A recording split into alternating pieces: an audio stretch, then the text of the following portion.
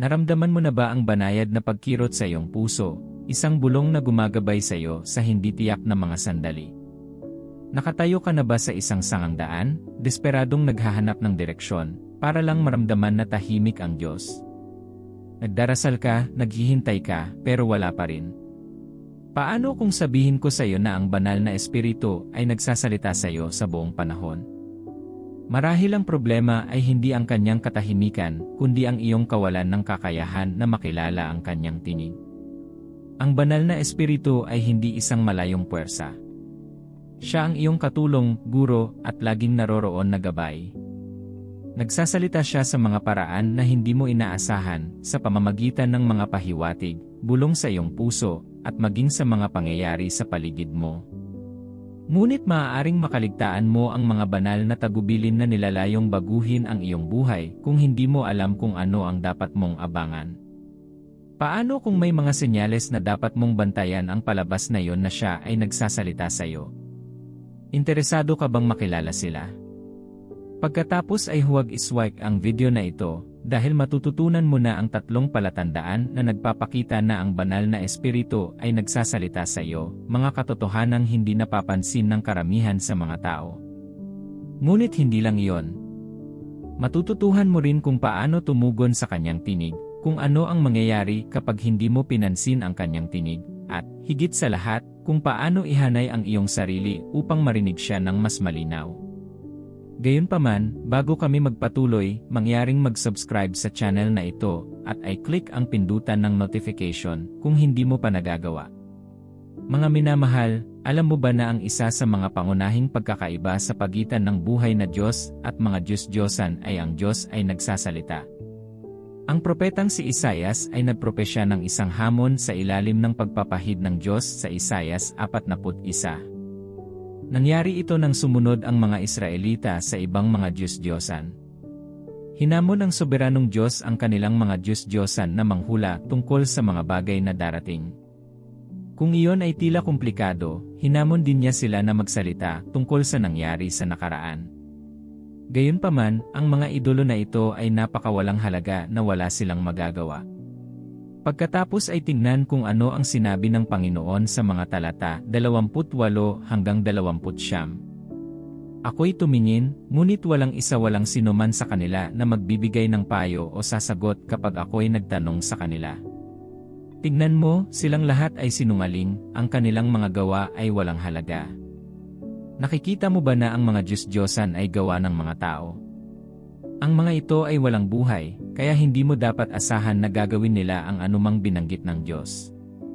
Bagamat may mga mata sila, hindi sila nakakakita, ni hindi sila nakakarinig ng kanilang mga tainga o nakakapagsalita man ng kanilang mga bibig. Sa kabilang banda, ang Diyos ay buhay. Siya ay nagsasalita, nakakakita, nagmamalasakit, at nakakarinig. Ano ang sinasabi nito sa iyo? Ipinapakita nito na bilang isang mananampalataya, ang Diyos na iyong pinaglilingkuran ay nakikipag-usap.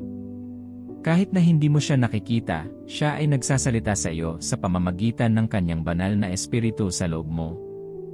Maaari kang makipag-usap sa kanya at tutugon siya sa iyo. Ang Biblia ay puno ng mga pagkakataon kung saan ang tinig ng banal na Espiritu ay umaakay, gumagabay, at nagbabala sa mga tao ng Diyos mula sa paparating na mga panganib. Bukod dito, siya ay nakikipag-usap din sa iyo. Alam mo ba kung bakit? Nakatuon siya sa pagtupad sa kanyang mga tungkulin upang pamunuan at gabayan ka. Samantala, maaaring makipag-usap siya sa iyo, ngunit maaaring hindi mo alam. Nangyari ito kay Samuel. Marahil ay nangyari na rin ito sa iyo. Dahil sa iyong kamangmangan, maaaring madalas niyang pipiliin na huwag gamitin ang nakasanayan mong paraan. Ito ay dahil marami siyang paraan para makipag-usap sa kanyang mga tao. Sanay na si Elias sa pakikipag-usap ng Diyos sa kanya sa pamamagitan ng apoy. Gayunpaman, sa isang punto, nakakita siya ng apoy, ngunit wala ang Diyos. Nakita niya ang hangin at naisip, aba, iyon ay magiging Diyos. Nakapagtataka, wala ang Diyos. Maaari mo bang hulaan ang mode na pinili ng Diyos upang makipag-usap sa Kanya? Maliit na boses. Marahil ay inaasahan mong kakausapin ka ng banal na espiritu sa isang tiyak na paraan, at dahil hindi niya ginagawa iyon, pakiramdam mo ay tahimik siya tungkol sa iyong kaso. Bago ka gumawa ng ganoong konklusyon, suriin natin ang mga palatandaan na nagpapakita na ang banal na espiritu ay nagsasalita sa iyo. Numero 1, sa pamamagitan ng iyong kalagayan at kapaligiran. Mga minamahal, ang Espiritu Santo ay nakikipag-usap sa iyo sa pamamagitan ng iyong mga kalagayan. May mensahe ang Diyos para sa iyo sa lahat ng iyong pinagdadaanan.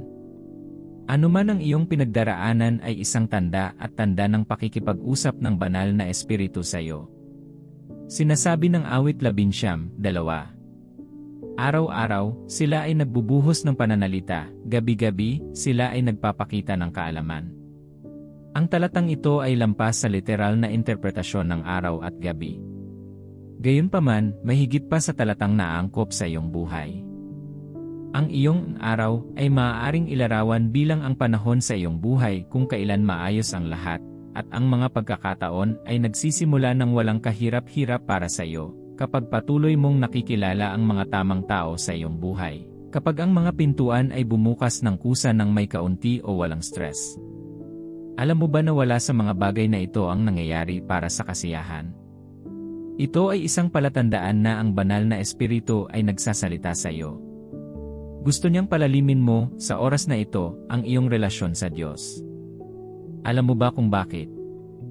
Mayroong panganib na kadalasang naugnay sa kasaganaan. Ang ulat ng Diyos tungkol sa mga Israelita ay noong pinakain niya sila ay nasiyahan. Naging mapagmalaki sila hanggang sa nakalimutan nila siya. Binalaan sila ni Moises tungkol dito sa Deuteronomio 8:11-14 na. Mag-ingat ka na huwag mong kalilimutan ang Panginoon mong Diyos, na hindi sumunod sa kanyang mga utos, sa kanyang mga batas, at sa kanyang mga utos na ibinibigay ko sa iyo sa araw na ito. Kung hindi, kapag ikaw ay kumain at nabusog, kapag ikaw ay nagtayo ng magagandang bahay at naninirahan, at kapag ang iyong mga bakahan at mga kawan ay lumaki, at ang iyong pilak at ginto ay dumami, at lahat ng nasa iyo ay dumami. Kung magkagayoy ang iyong puso ay magiging palalo sa iyong lupain sa Ehipto, at ikaw ay magiging palalo ng iyong puso mula sa iyong lupain sa Ehipto, at ikaw ay magiging palalo ng iyong puso mula sa iyong lupain. Pang-aalipin. Ang banal na espiritu ay hindi nais na ikaw ay mabiktima. Kaya, pansinin mo. Hinihikayat niya ang iyong puso tungo sa matinding pakikisama sa Diyos upang maiwasang masilo at maalipin ng panlilinlang ng kayamanan. Gayunpaman, kung ang pagtaas ng tubig at ito ay gabi, kapag ang lahat ay tila hindi na tuloy ayon sa plano, alam na ang banal na espiritu ay nagpapasa pa rin ng mensahe sa iyo sa pamamagitan nito. Tinuturuan ka niya na magtiwala sa Diyos. Sinasanay ka niya para sa iyong susunod na antas. Alam mo ba kung bakit? Ito ay dahil walang promosyon ng walang pagsubok. Maging si Jesus, bagamat siya ay anak, sinasabi ng Biblia na natuto siya ng pagsunod sa pamamagitan ng mga bagay na kanyang pinagdusa.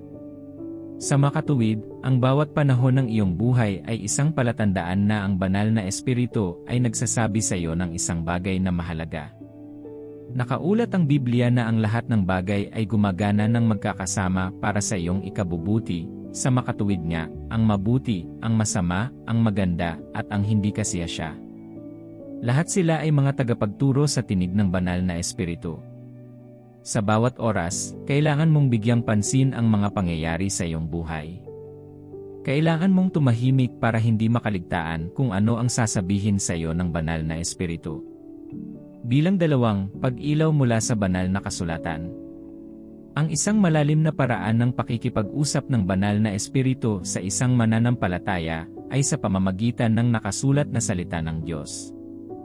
Alam mo ba kung bakit? Nang ipakilala ni Jesus ang banal na espiritu sa kanyang mga disipulo sa Juan 16:13-14 na, sinabi niya, "Datapuat pagdating niya, ang espiritu ng katotohanan, ay papatnubayan niya kayo sa buong katotohanan. Hindi siya magsasalita sa kanyang sarili, sasalitain lamang niya ang kanyang naririnig, at sasabihin niya sa inyo ang mga darating." Noong una, inihayag na ni Juan si Jesus bilang ang salita ng Diyos. Sabi niya, "Nang pasimula ay ang salita, at ang salita ay kasama ng Diyos, at ang salita ay Diyos." Sinabi pa niya na ang salita ay naging laman at tumahan sa gitna natin. Sasang-ayon ka na si Jesus ang tinutukoy niya.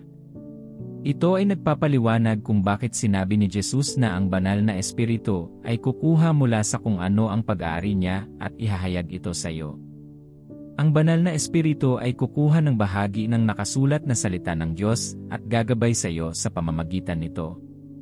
Inilabas niya ang bahaging kailangan para sa iyong kasalukuyang sitwasyon, alinman sa babala sa isang napipintong panganib, iayon ang iyong kalooban sa Diyos, o pangunahan ka sa paggawa ng mga tamang desisyon.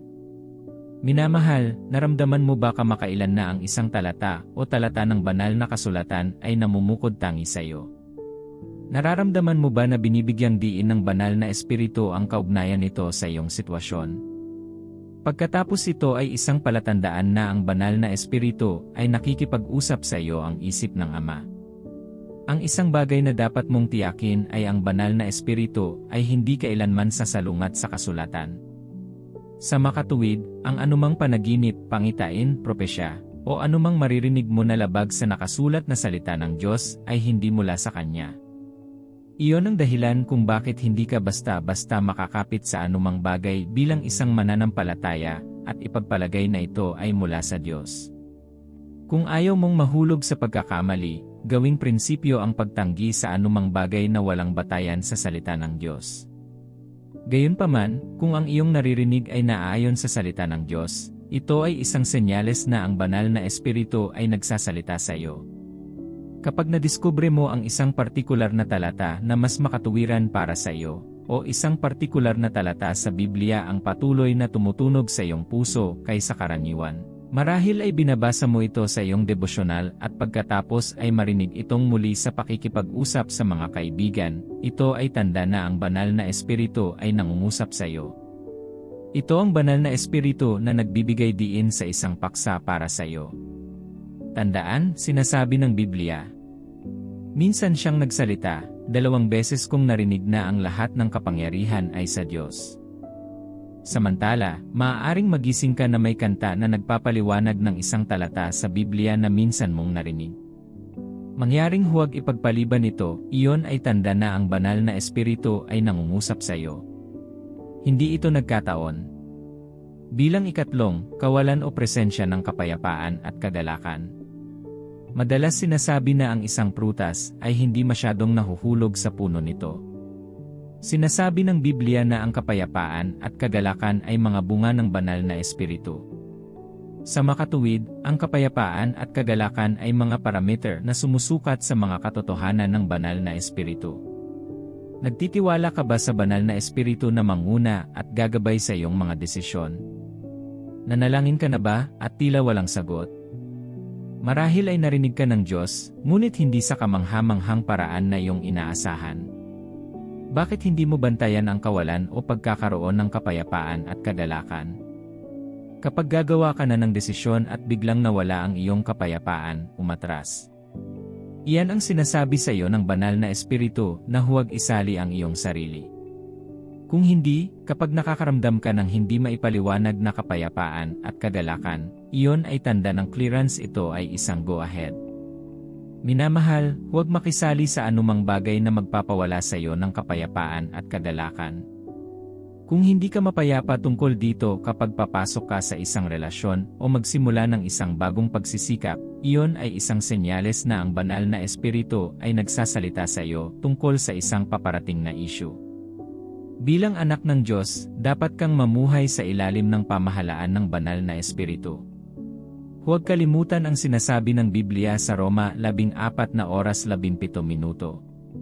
Sapagkat ang kaharian ng Diyos ay hindi tungkol sa pagkain at pag-inom, kundi sa katuwiran, kapayapaan, at kagalakan sa Espiritu Santo. Sa makatuwid, siguraduhin walang makakasagabal sa iyong kapayapaan at kagalakan. Mag-ingat sa nag-uumapaw na kapayapaan at kagalakan sa tuwing ikaw ay nasa isang sangang daan.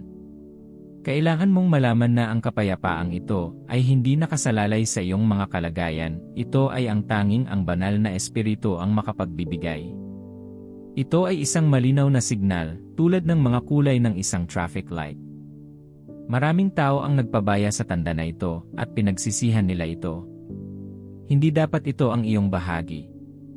Ang banal na espiritu ay nariyan upang tulungan ka. Mahal na mahal ka niya, kaya hindi ka niya makikitang nagkakaproblema, lagi siyang nandyan para gabayan ka.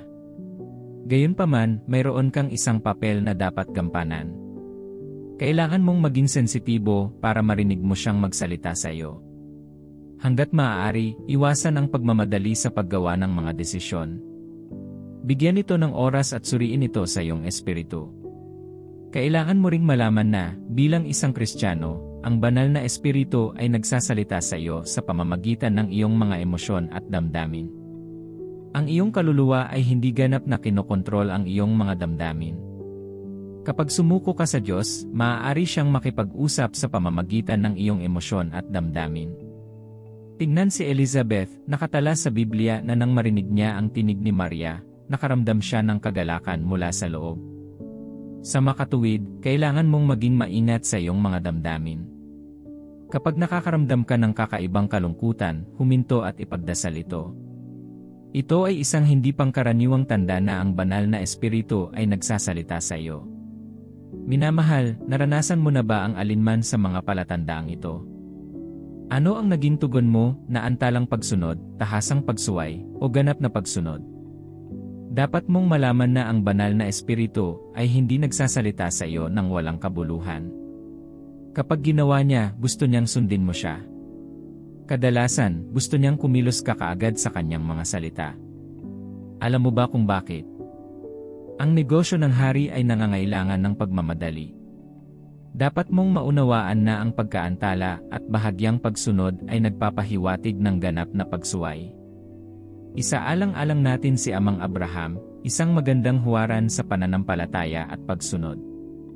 Sinabi ng Diyos sa kanya na umalis sa bahay ng kanyang ama at sa kanyang mga kamag-anak. Sumunod naman siya at agad na umalis. Sa katagalan, pinagpala siya ng Diyos, ang kanyang pagsunod ay itinuring sa kanya bilang katuwiran. Napakaraming tao ang naantala ang kanilang pagsunod, na sinasabing hindi sila sigurado kung boses iyon ng Diyos. Patuloy nilang ipinagpapaliban ang tinig ng Diyos dahil ayaw nilang magkamali. Nakaka-relate ka ba dito? Sa ganitong mga kaso, dapat kang manalangin na bigyan ka ng Diyos ng kalinawan. Kapag nananalangin ka ng buong katapatan, sasagutin ka ng Diyos. Sinabi ng anghel kay Maria ang napakaraming magagandang bagay na hindi niya maintindihan. Hindi mo siya masisisi, siya ay isang birhen, malapit ng ikasal kay Joseph. Kaya naman, ang marinig na mabubuntis siya ng walang tulong ng lalaki, ay hindi niya maintindihan. Gayunpaman, humingi siya ng kalinawan. Tinanong niya ang anghel, paano mangyayari ito, gayong ako ay isang birhen? Sa makatuwid, maaari kang magtanong sa lugar ng mga panalangin. Sabihin sa banal na espiritu na ihayag ang mensaheng sinusubukan niyang iparating. Kapag nagtanong ka ng may pananampalataya, makatiyak na sasagutin ka niya. Bukod dito, dapat kang maging determinado na sundin siya, at kumilos ayon sa kanyang kalooban sa tuwing sigurado kang nakikipag-usap siya sa iyo. Sasang-ayon ka na walang saysay na marinig ang Diyos kapag alam mong hindi ka susunod. Ang pakikinig sa Espiritu Santo na nakikipag-usap sa iyo ay makikinabang lamang kapag ginawa mo ang kanyang sinabi. Tingnan ang pangako ng Diyos at ang kanyang mga inaasahan para sa iyo sa mga awit 32, 8-9. Aking tuturuan ka, at ituturo sa iyo ang daan na dapat mong lakaran, papayuhan kita at babantayan ka. Huwag kang tumulad sa kabayo o mula, na walang pangunawa, ngunit kailangang kontrolin ng bit at paningil, o hindi sila lalapit sa iyo. Nakikita mo ba yun? Sinasabi sa iyo ng Diyos na hindi mo dapat hayaang pilitin Kanya. Maging isang yielded at willing vessel. Ito ay kung kailan mo mapakinabangan ang mga pakinabang ng pakikinig sa tinig ng banal na espiritu. Mga minamahal, huwag isipin ang pagsuway sa tinig ng banal na espiritu, mapanganib na gawin yon. Ang isang pakinabang ng pakikinig sa tinig ng Diyos ay nagbibigay ito ng patnubay. Palagi, kapag nabigo kang sumunod sa tinig ng banal na espiritu, malamang na magkamali ka. Malamang nagagawa ka ng mga maling pagpili na pagsisisihan mo sa bandang huli. Alam kong hindi mo gusto ito, tama ba? Alam mo ba na, maraming beses, ang mga kahihinatnan ng iyong mga aksyon ay lampas sa iyo. Nakakaapekto rin sila sa ibang tao. Naaalala mo ba ang nangyari kay Jonas at sa mga kasama niya sa paglalakbay? Dahil hindi niya sinunod ang mga tagubilin ng Diyos, lahat ng kasama niya sa barko ay natalo. Sa kaibahan, kung susundin mo ang Diyos, lahat ng tao sa paligid mo ay pinagpapala. Aanihin ng iyong mga anak ang mga gantimpala, tulad ng ginawa ni Abraham. Gayon din, kapag hindi mo sinunod ang tinig ng Diyos, makakaranas ka ng hirap at mamuhay ng bigo. Minamahal, nais ng Diyos na mamuhay ka sa kasiyahan. Bilang isang tupa, ang Panginoon, ang iyong pastol, ay nakatuon sa pagpapahiga sa iyo sa luntiang pastulan. Nais niyang akayin ka sa tabi ng tahimik na tubig. Ito ay para wala kang pagkukulang. Ngunit pagkatapos, ang bola ay nasa iyong korte. Maaari mong piliin na sundin siya o suwayin siya. Hindi ka magkukulang o magkukulang kapag sinunod mo siya. Gayunpaman, kapag sinuway mo siya, susundin mo ang landas na iyong inukit para sa iyong sarili, na maaaring humantong sa kakulangan. Kaya naman, kung ayaw mong makaranas ng kakulangan, at gusto mong manatiling nakalutang sa ekonomiyang ito, dapat ay tupa ka. Ang isang katangian ng isang tupa ay ang pagiging masunurin nito. Hindi ito nagpapatunay na matalino sa sarili nitong mga mata, sinusundan nito ang kanyang pastol nang hindi nagtatanong. Ito ang hinihingi ng Diyos sa iyo. Ang isa pang panganib ng pagpapabaya sa tinig ng banal na espiritu ay espiritual na pagkabingi at pagkabulag. Ang mga Israelita ay paulit-ulit na sumuway sa Diyos. Nagpatuloy sila sa pagsuway sa Kanya sa kabila ng ilang mga babala. Dahil dito, ang kanilang pagsuway ay umakay sa Diyos na payagan ang Babilonya na sakupin at wasakin ang templo. Pagkatapos nito, sumigaw sila sa awit 74, Siyam. Hindi kami binigyan ng mga himalang tanda, walang natitirang mga propeta, at walang sinuman sa amin ang nakakaalam kung hanggang kailan ito.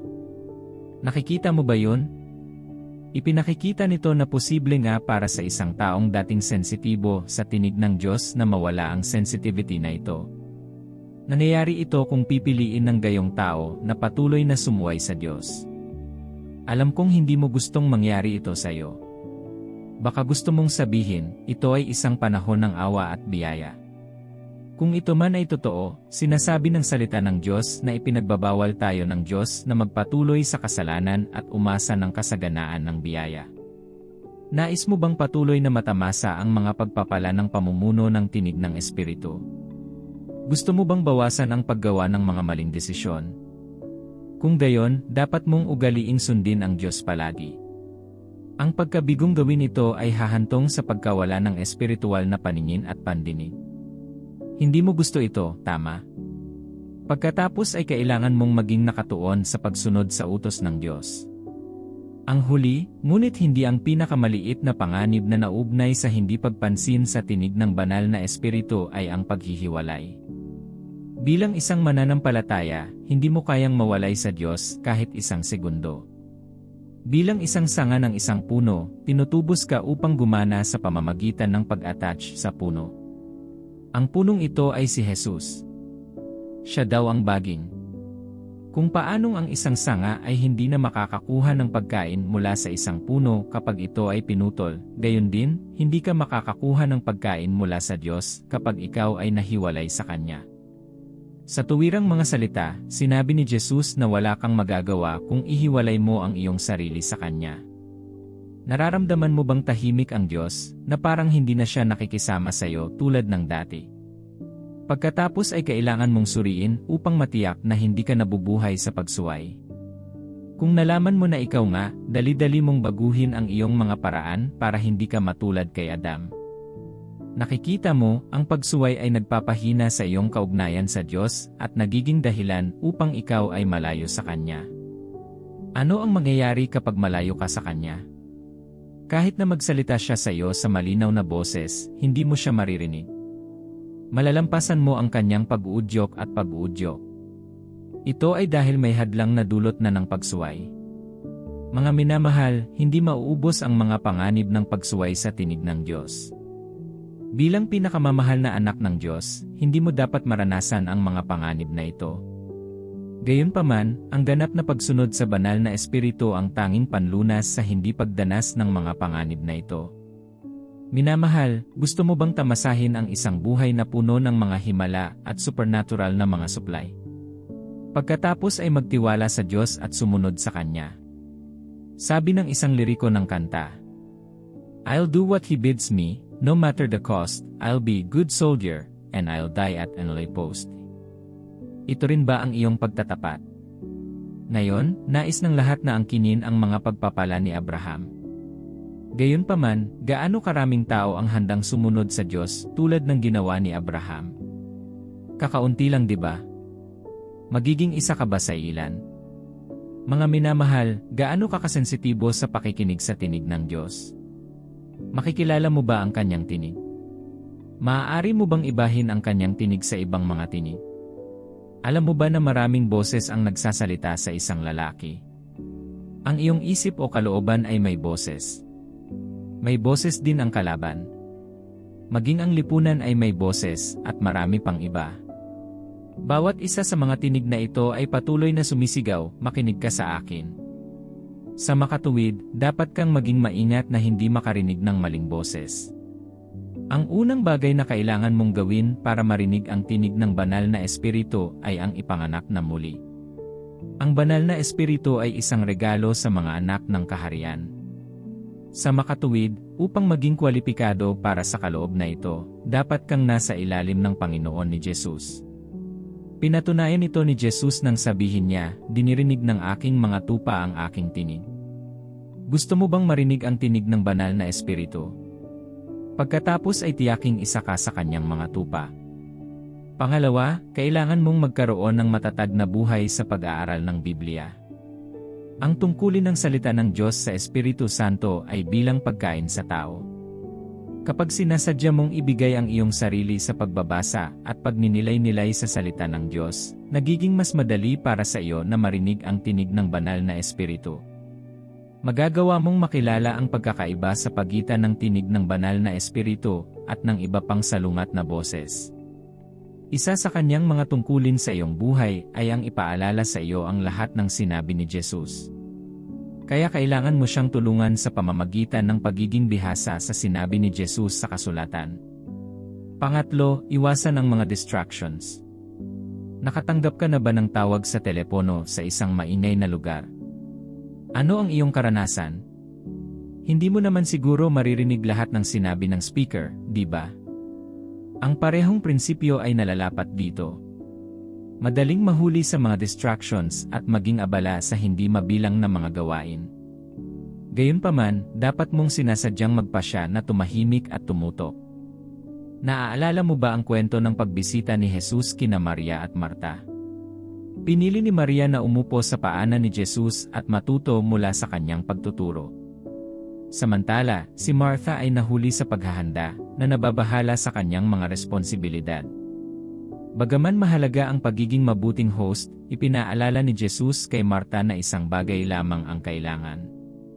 Pinuri niya si Maria sa pagpili ng mas mabuti. Ito ay naglalarawan na bagamat ang mga distractions ay karaniwan at maaaring maging bahagi ng buhay, ang pagiging nakatuon sa abalang mundong ito ay nangangailangan ng dagdag na pagsisikap at intensyonalidad.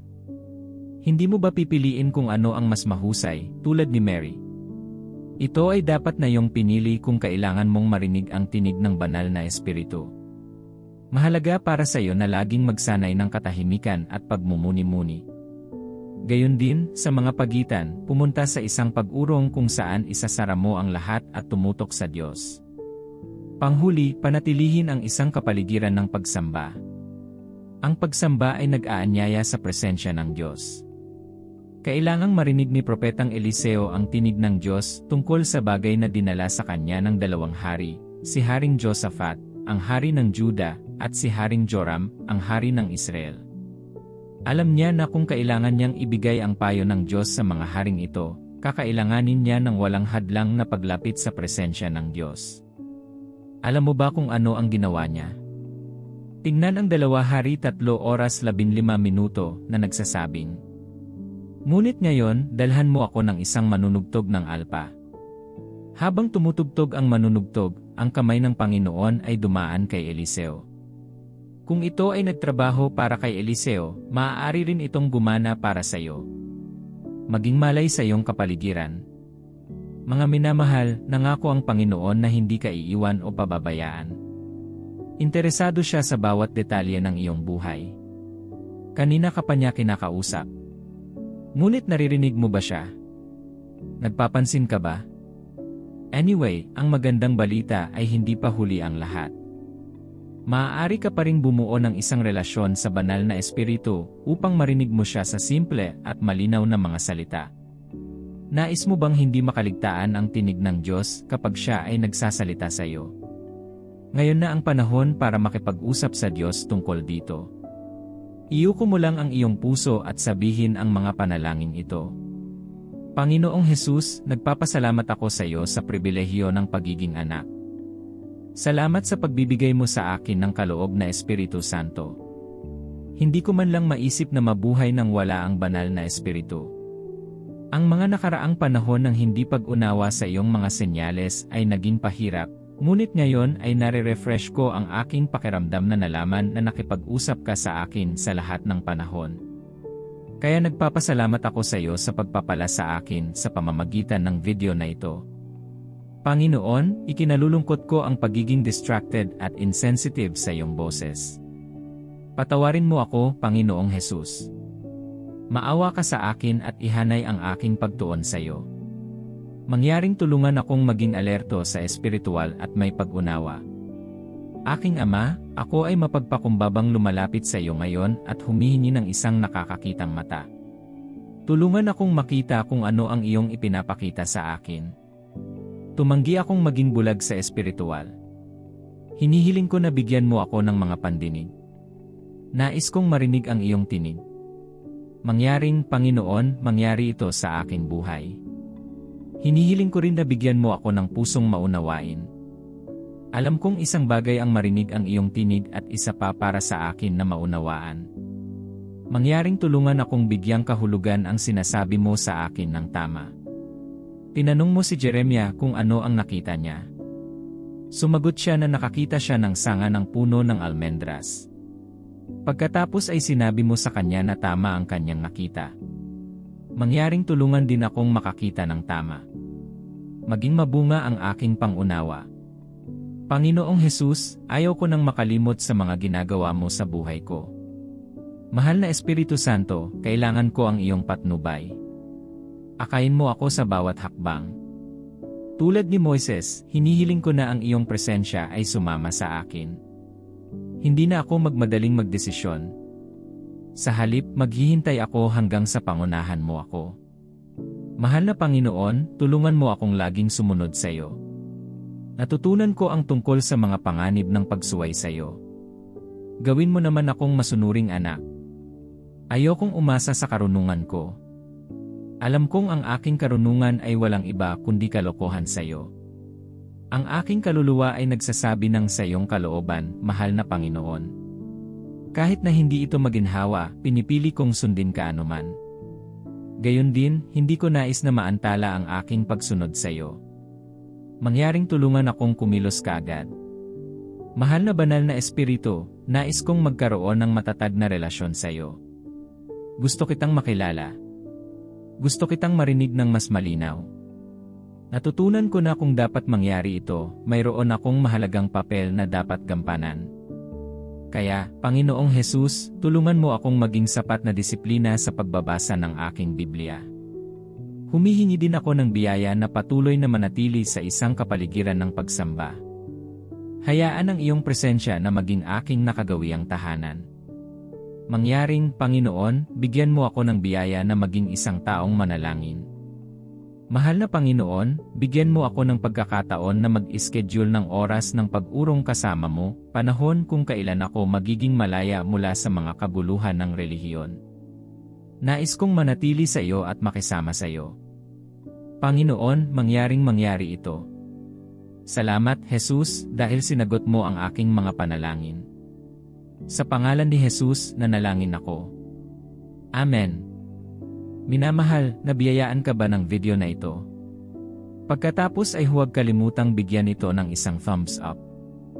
Gayon din, ay click ang pindutan ng abiso upang maabisuhan tungkol sa iba pang makadiyos at nagbibigay inspirasyong nilalaman.